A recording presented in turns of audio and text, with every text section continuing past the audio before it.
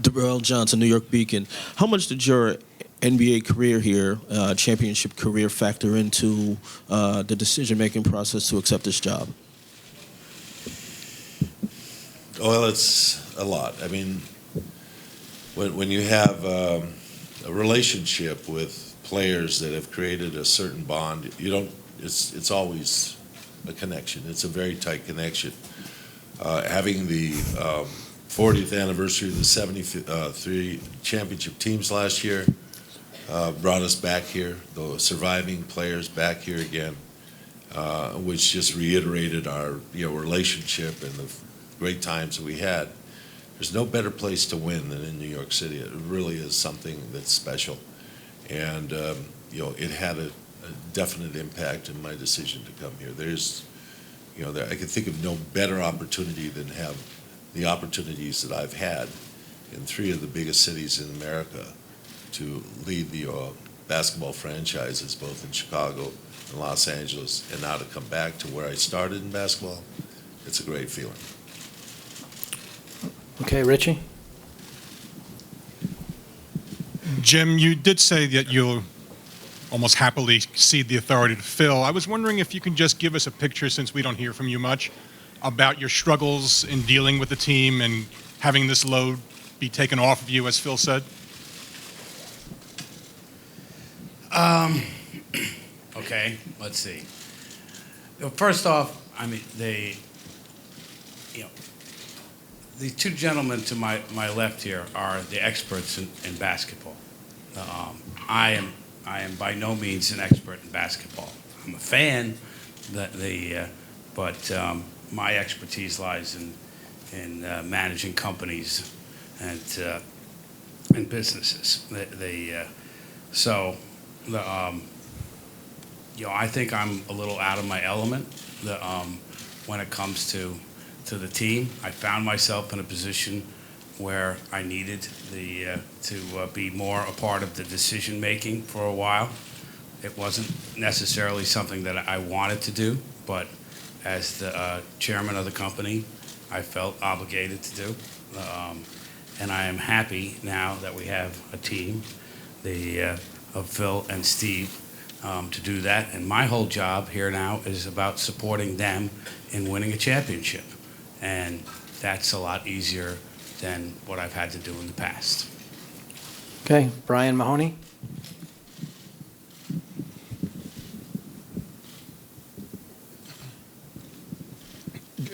Jim, did you try and see if Phil would consider coaching, even though he said no? And will the money you're paying him, I imagine a lot, affect ticket costs at all?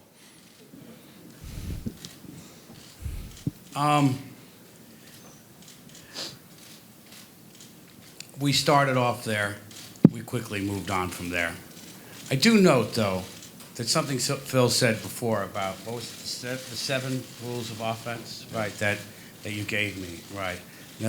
And we did have a discussion that if I learned the 7 rules of offense, and I learned them really well, and if we were up by more than 30 points, you said, right, that I could, suit up. Yeah, so I'm really looking forward to that. I don't know if that answered your question or not. Before, you know what, you didn't get to it, but I do want to point out one thing that I make sure that you don't miss.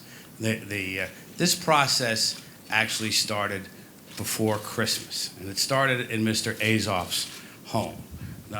And I can tell you that Phil would not be here if it was not for Irving Azoff.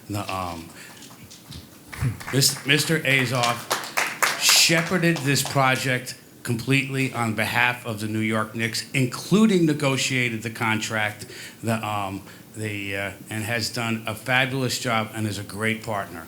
And I just wanted to publicly thank him for getting us here. Thanks, sir. Okay. I think Jim Bryan also asked about ticket prices.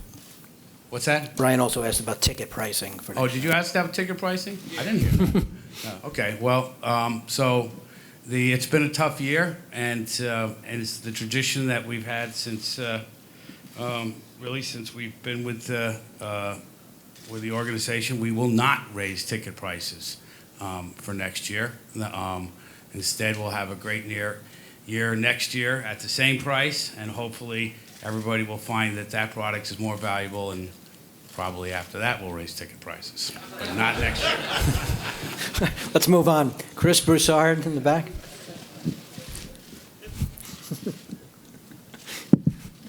Phil, I'm sure you've seen articles and comments about how you're not the type of guy to really go out on the road and scout and, you know, go to college games and watch players and evaluate players like that. How much of that type of work will you be doing? I don't know, to be honest with you. I think the first thing that we really have going on right now is the NCAA tournaments, which we will watch and, you know, turn our focus on some of the college. But I really want to focus on NBA teams. I think the advent of the game, a lot of it is that there are players that are on benches, that are on teams, that are going to be available, maybe not at high-priced contracts, that can come in and assist and help build a team. So there's a variety of ways in which, you know, we think that we can build talent. Portsmouth comes up in April. You know, I hope to be able to attend that. I'm not physically very, you know, adept at moving around commercially, sitting on bleachers in a high school gym, etc. But I know that's kind of a place where, you know, you could get talent. We're going to do that type of thing. We anticipate having an active summer and a summer league team, and, you know, going forward like that. And, you know, those things involve taking the team to Vegas and doing the due diligence that's important to bringing the team along.